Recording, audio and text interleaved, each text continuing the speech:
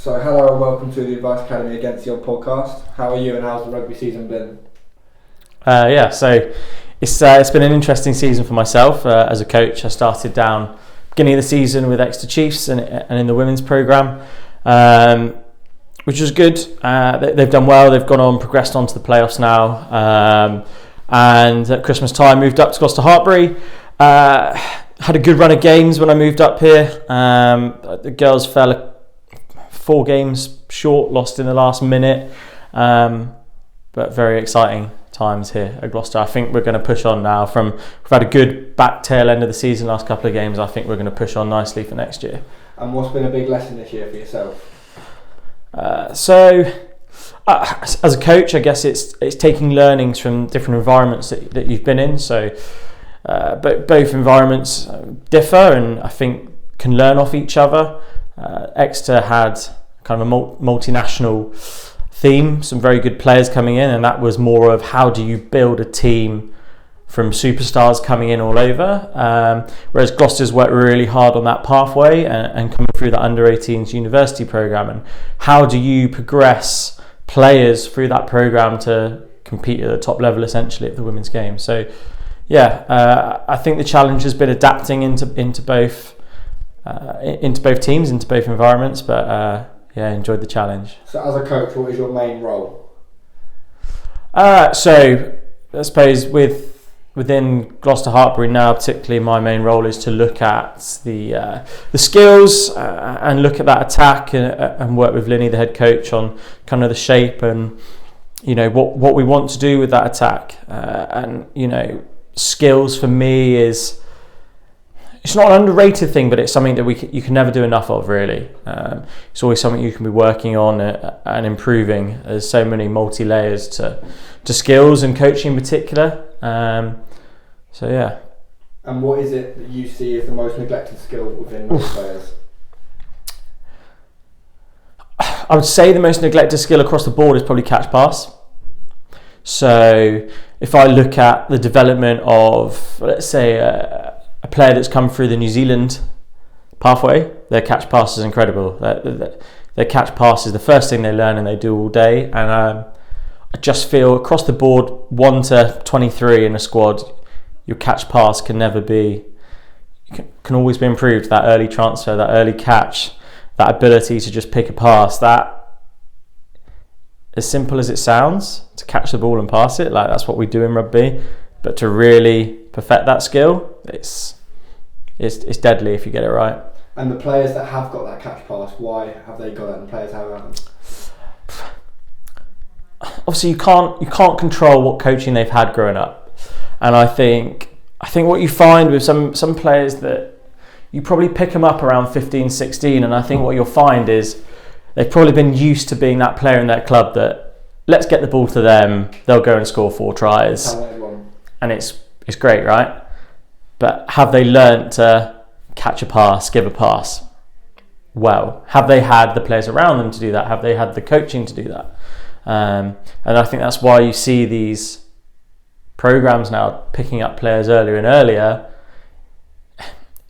It's a catch-22, because you don't want to take players away from their club, because you want to have a thriving club junior environment, but you also want to make sure that they have the coaching or the offering to learn that ability to catch pass. And you see it particularly in the women's game at the moment, those players that can catch pass, and they can take out 3 defenders with 1 pass, and I think it's a skill. And the women's game has grown so much, even in the last 12 months. You're starting to see people come through now that have that catch pass ability, have that kicking ability. The same ultimately transfers into the men's game. Those best catch passes are the New Zealanders. That's why they're so good. They just have that ability to see space, manipulate space, and then get the ball into that space just by simple hands, catch pass, transfer, stay square, right? And they just attack it.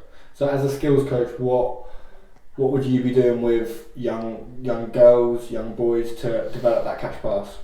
I think the first thing, one of the hardest things I find for young people is, do they understand what space is? And then it's, how can you move that ball into space? So if they say to me, right, well, to move that ball into space, we need to pass it. Okay, fine. So then let's go and work on that catch pass. And it's just, you can come up with as many drills as you want to manipulate catch pass, but if you keep it simple and keep repeating those simple drills, just that ability just to catch the ball outside, hit, transfer it across, just being able to do that and just working on pass, particularly at the younger age, pass power.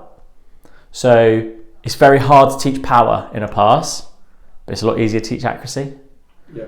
So if I can get someone to be powerful, then I can work on their accuracy. If someone's accurate, but the pass isn't that powerful, that's a lot harder skill for me to teach. So really try and work on them. Don't be afraid to fire that ball in. Just fire it in. And then the more reps they do, the more comfortable they become. It just becomes a part of their natural skill set then.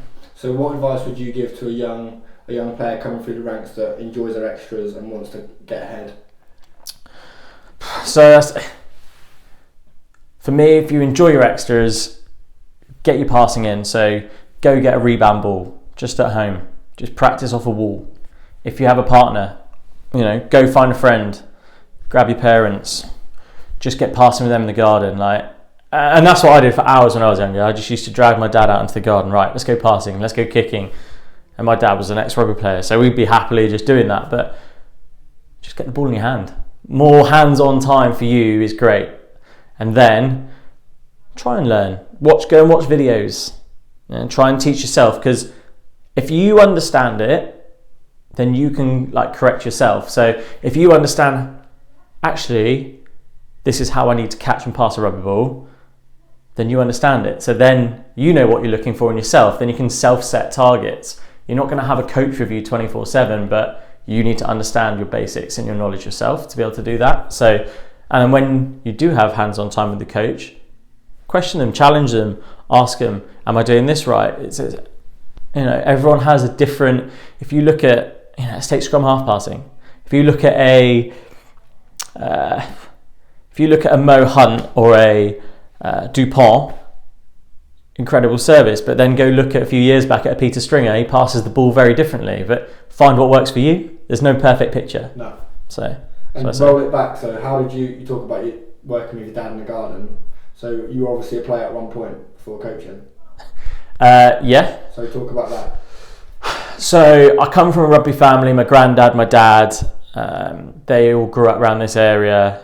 Dad played for Cheltenham back in the day. They used to be quite a big club, and he played a few times for Gloucester, and he's quite big around this area. So for me to be even working around this area is great for me. It's probably where home is for me, and that kind of passion.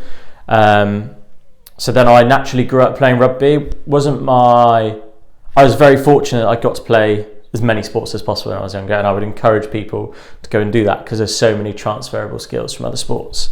For me, I was squash was my number one sport growing up till I was about 16. So I played national squash through the age ranks. And then probably around 15, 16, I probably started to peak with rugby. So I went up through I was always a small kid at school. So I was always small and skillful, but my size probably let me down.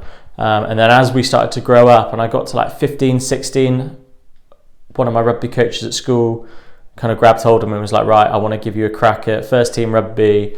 You're going to play scrum half. You've got the skill set. I really enjoyed it. I really enjoyed that season. And then I stopped playing squash just because I'd kind of fallen out of love with it. I've done it since I was 4 years old. And I was like, right, rugby's what I fancy giving it a crack at. I got to play in my sixth form year. And then kind of the reason that coaching came on board, unfortunately, at the end of my first year in my sixth form, we were due to go to South Africa on tour.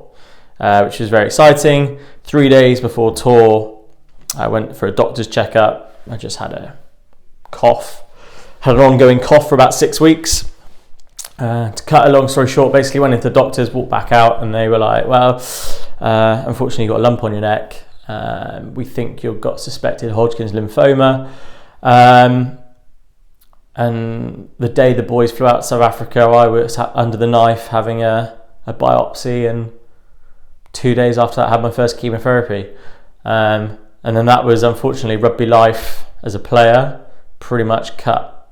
But I didn't lose my love for the sport, so I was very, very lucky that I was caught. I was at stage 4, so I couldn't just have basic chemotherapy. I ended up having about 3 years of chemotherapy and a stem cell transplant in the end. But my school, Taunton School, were fantastic. So when I couldn't play, they were like, right, would you fancy coaching? You understand the game. So I actually ended up coaching across multiple sports. So I coached hockey, rugby and cricket while I was there. And my love for coaching then just took off, because I wasn't physically able to do stuff on the pitch, but I was able to do stuff on the pitch with my coaching. And that's where the love started. So when I finished my second year of school, I actually stayed on as like a gap student and coached across all the sports while I was having my treatment. Amazing. And my love for it grew. And then I finished my treatment I probably shouldn't know the date really, but it was in the January, February time. At what age? Diagnosed at 17 and finished treatment at 20. Right. Then I came up here to Hartpury in the September. So I finished in January treatment, came up here in the September as a player. And how was that transition out of recovery into playing? Tough, because I know a few people that have done the transition so someone like Joe Batley had the same thing, Hodgkin's lymphoma, but he was in a professional environment, diagnosed, then came back into. So his recovery was probably helped by having those facilities around him. I think where I struggled was I just finished my treatment and then was like, I'll just go play sport again. I didn't really understand how to get myself gym fit, or I would lift weights, but I hated running, so I wouldn't go running to try and get fit. And I was very lucky when I came up here. I wanted to come to Hartpury because my family's from around here. I wanted to come to the best place for rugby, which has been Hartpury for many, many years, and I wanted to just try and push myself. I was very lucky. My first year I ended up playing freshers, and then I think I played 3s and 2s, kind of moving my way up. But just my fitness, cardiovascularly, my lungs had taken a lot of damage from chemotherapy. I just really, really struggled to stay consistently fit, like doing a lot of sessions. Like, it was good for me to get, my fitness did get better, but it never got to where it was where it should have been. And I still have effects from it now, 10, 12 years on. But it was a great experience to be a player again. I loved being back in that playing environment, and it's special. It is special, and particularly here, being everyone here is here for rugby, so everyone in that circle is pushing each other. Everyone is working hard together. You can't beat that feeling. And as a coach, you do get it, but never. It's not the same. It's not the same. You can have that connection, and you can have that connection with the players, but it's not the same as all working hard together, being on that pitch, putting on the graph together. That's a special feeling for me, and I'm glad I got to experience it again. But I got into my second year of university and just really struggled to keep up with it, and kind of faded off from there, and then kind of jumped back into my coaching, because ultimately I knew I'd get further as a coach as I would a player. And from a young age, I always said I don't want to work behind a desk. I want to be on a sports field, whether it be as a player, a coach, a physio, an SNC. I wanted to be in that environment because that's what suits my personality. So that's where I've got to. So at 21, you left uni. Did you go straight into coaching? No. So I stayed at Hartpury for 3 years, maybe even attempted a 4th year. Stayed here for 3 years, loved it. I just didn't do as much rugby. I went back home and coached a little bit at Taunton, and just tried to keep progressing through my coaching and getting my badges. I still played a little bit in my second year. I think I played in the threes maybe, but just wasn't consistent really with it. Just fitness really, just couldn't, get back to where I was pre. And that it's a frustrating feeling when you can be that or you were that and you can't get back there. And sometimes that's when you've got to make a decision and say, actually, I'm going to park that to one side and I'm going to give someone else a crack. So looking back now on that whole journey, what would be a lesson, what would you tell yourself? Because there must have been a time when you doubted yourself or things were going wrong. In terms of what, sorry? In just terms of life, you obviously cancer treatment. Yeah. Obviously that you'd have been comparing yourself to boys who didn't have cancer. Yeah. It must have been a real tough time. It was tough. Like throughout my treatment, friends and family were fantastic. I was very lucky that they were all still local to me. So all my friends were still at school, they could come visit me. My family were obviously local. So I'd always have people visiting me, and I always believed I would beat it, despite being such a late stage. But you're right, you do start to compare yourself to other people on the pitch. Now, whether that be because I had cancer and someone didn't, or whether that be because someone looked bigger than me or someone was quicker than me, you're always, as a human, as an individual, you're always comparing yourself to someone. So, or that you shouldn't, but you do. It's natural instinct, and this is what you want to, in all young people, you want to instill confidence, and you've got your own ability, and that's what you should focus on. Don't worry about what other people think. Don't worry about what other people do, whether that be in sport or life or anything. Like, control what you can control. You can always work on certain things. Things will always be, but be confident in yourself. And I think that's where, it was good confidence when I came here, and I did get progressed through the teams, and I played with some amazing players that have gone on to play internationally. Like, I'm proud to say that, but at the same time, I was kind of like, well, I wish I would have got to this point. I wish I would have got to this point. I think the big one for me was I was playing in the second team, and I played scrum half at the time, and the scrum half that was in the third team, when I said to the coach at Christmas time, I just can't keep up, my body is just not, he's like, fine. So then he got moved up to twos, and then he ended up playing in the Bucks final at Twickenham against Durham, and he came on and scored. And just part of me, I was there in the crowd watching, and part of me was like, that could have been me. And he's gone on to be a great player and done great stuff, but I always wonder, like, I wish I could have pushed myself harder. Yeah. If I could turn back time, would I have done things differently? Would I have run more? Could I have got fitter? Did I do everything I probably could to have done that? And to be honest, I probably didn't, because I just couldn't get. In the scheme of things, that's hindsight. And hindsight is a wonderful thing.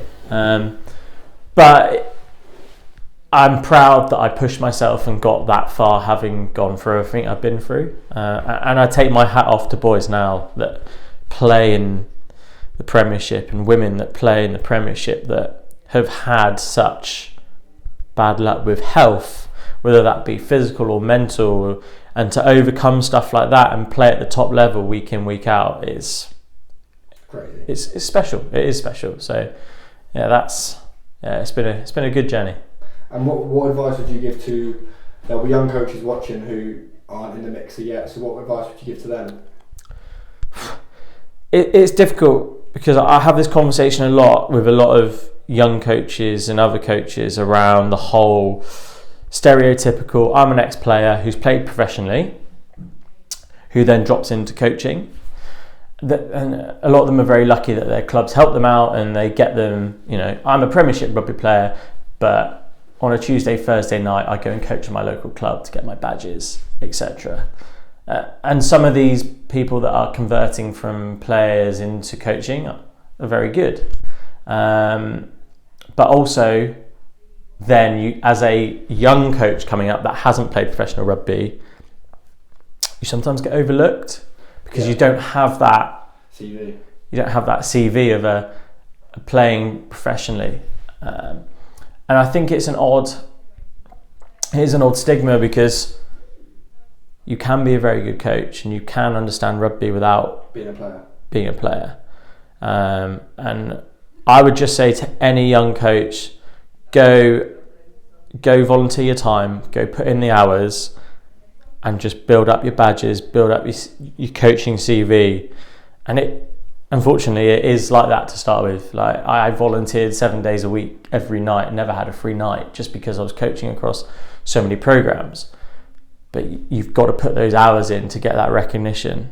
And obviously success helps on the pitch, of course it does. If you take a team to win your league, then as a coach you might, get looked at. But take that time, go find a good mentor, go find a really good mentor, maybe a mentor that's coaching at a higher level than you, to ask them what they do. There's a very good coaching community out there, but I would say not enough young people get into coaching, and refereeing to an extent. I would say refereeing as well is something a lot of younger people don't consider, that they probably should, because we also need lots of referees.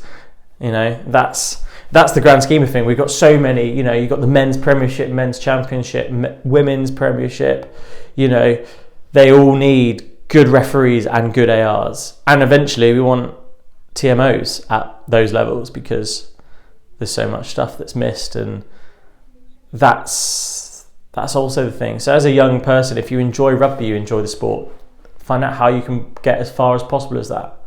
Now obviously everyone wants to do that as a player, of course they do, but if you can't because of illness or injury or something else takes your interest, go do it. There's so many people out there that would happily talk to you about it, and go find someone locally that will help you talk about coaching, talk about refereeing, talk about analysis, talk about physio, S&C. So many people out there. Just reach out to them. Social media is a powerful thing, right? So go talk to people. They're happy to talk about that kind of thing. So that's what I say. Reach out, go find people, go find a good mentor, go put the hours in, and then build it up from there. Because I was speaking to someone else on the podcast the other week, and he said he literally, as a player, reached out to whoever he could. And you'd recommend that? Yeah, of course it is. Like, you're not going to reach out to one person and guarantee you're going to get a message back, right? So, and you can go and learn. You can go and do a week here, a week there. Go and learn off different environments and different coaching methods. There's so many different coaching methods, and like one of my favourite methods I've heard about is Tabai Matson at Quins. So when Gustard left Quins, obviously he didn't come into the following season, but the boys I listened to a podcast with Alex Donbrandt, and he basically said Quins scrapped team run. They never did a team run. They just trained, that was it, no team run. Because they were like, we know our shape, we know what we're going to do, why do we need to have a team run that might be rubbish? Everyone has a rubbish team run, right? You all have those games where you might play on a Wednesday night, you have a rubbish team run Tuesday, and then you're going in. So they just scrapped their team run. And then Tabai Matson came in, and so the belief, or what I understand, is he's kept it very simple. He has like one attack drill, one defence drill, and he just manipulates that drill. So when everyone comes out to training, they know what they're doing, they're switched on for that drill, and they just get it done. It's short and sharp, bang, bang, bang. And then you just see what Quins do, and you think, well, there must be something in this. So I like that, keeping it simple. Sometimes as coaches we can overcomplicate things. Like, there's no need to overcomplicate something that works. So if it works, stick to it. Manipulate that particular drill that worked well for you, rather than having to spend 10 minutes explaining this complicated drill. Then people are questioning the drill for the first 5 minutes of it, and then the back 5 minutes is mediocre to okay. Then that's it, you're moving on to the next thing. So like, repeatability is a good thing in those kind of scenarios. So that's something that I've trying now to take on board with what I do. I think sometimes we think, well, you're a coach, so teach me something new.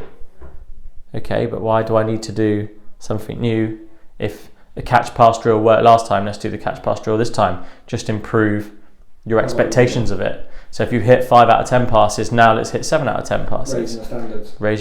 Raise your standards, rather than, well, suddenly this week you're going to be blindfolded on one knee trying to chuck a pass, and we spend hours trying to do that. Like, what's the point?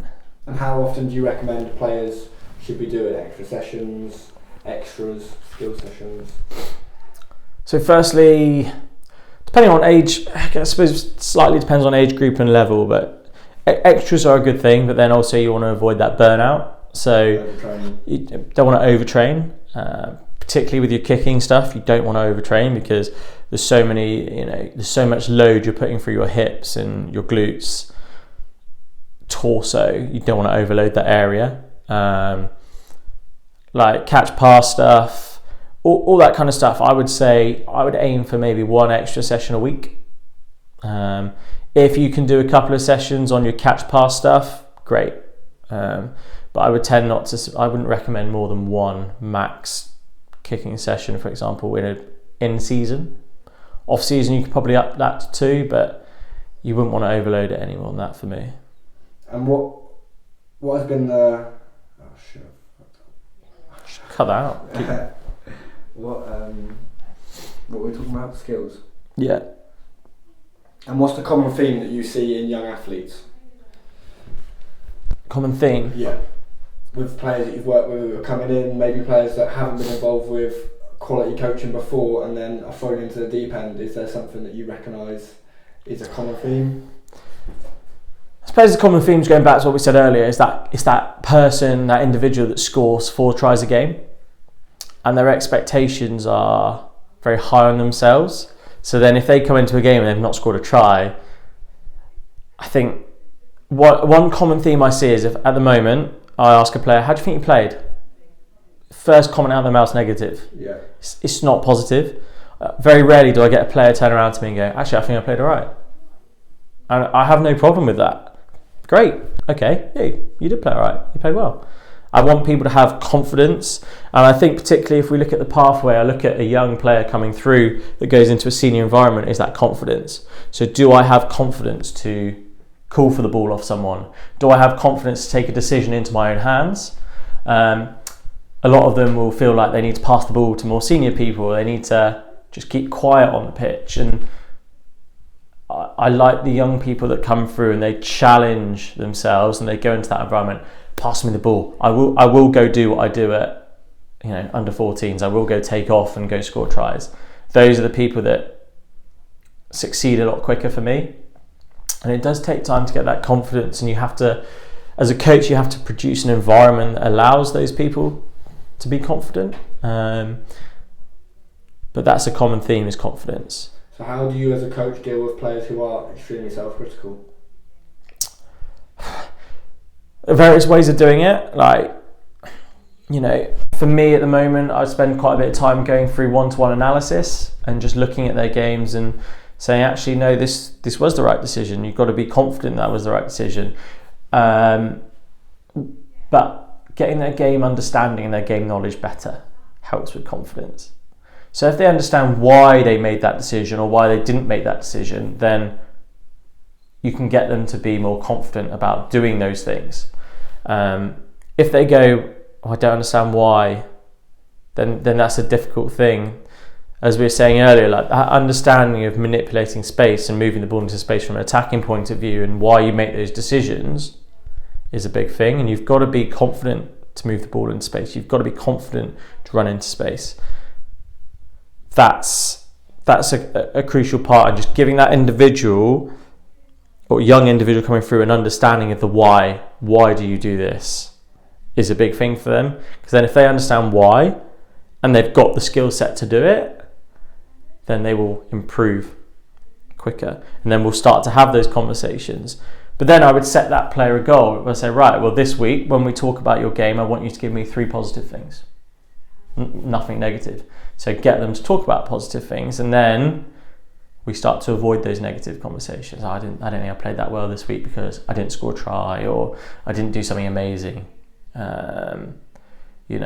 a good example from the weekend would be someone that came up to me and said they've just come up into the environment. They've played very well for the 2 games that they've been in this environment, and they came up to me and I said, how do you think you played? I didn't think I did much this week. Okay. But I guarantee you, if we would go back and watch that video, it's all the unseen stuff. It's all the non-flashy stuff. And again, that's an understanding. So they have to understand that actually you being in the line and making this tackle was a good thing. But at a young age, you don't really celebrate defence. You just celebrate the attack, that crossfield kick, that wonder try. That gets celebrated a lot more than somebody that goes and makes 20 tackles a game or doesn't miss a tackle for that game.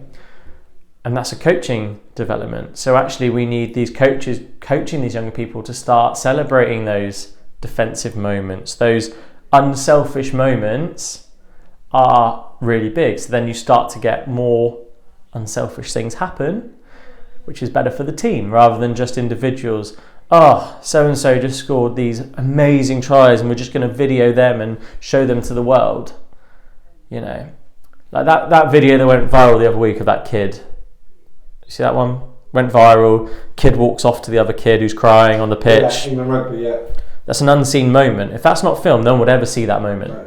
But those moments are changing moments. That kid will go back on the pitch with confidence and go and do something great.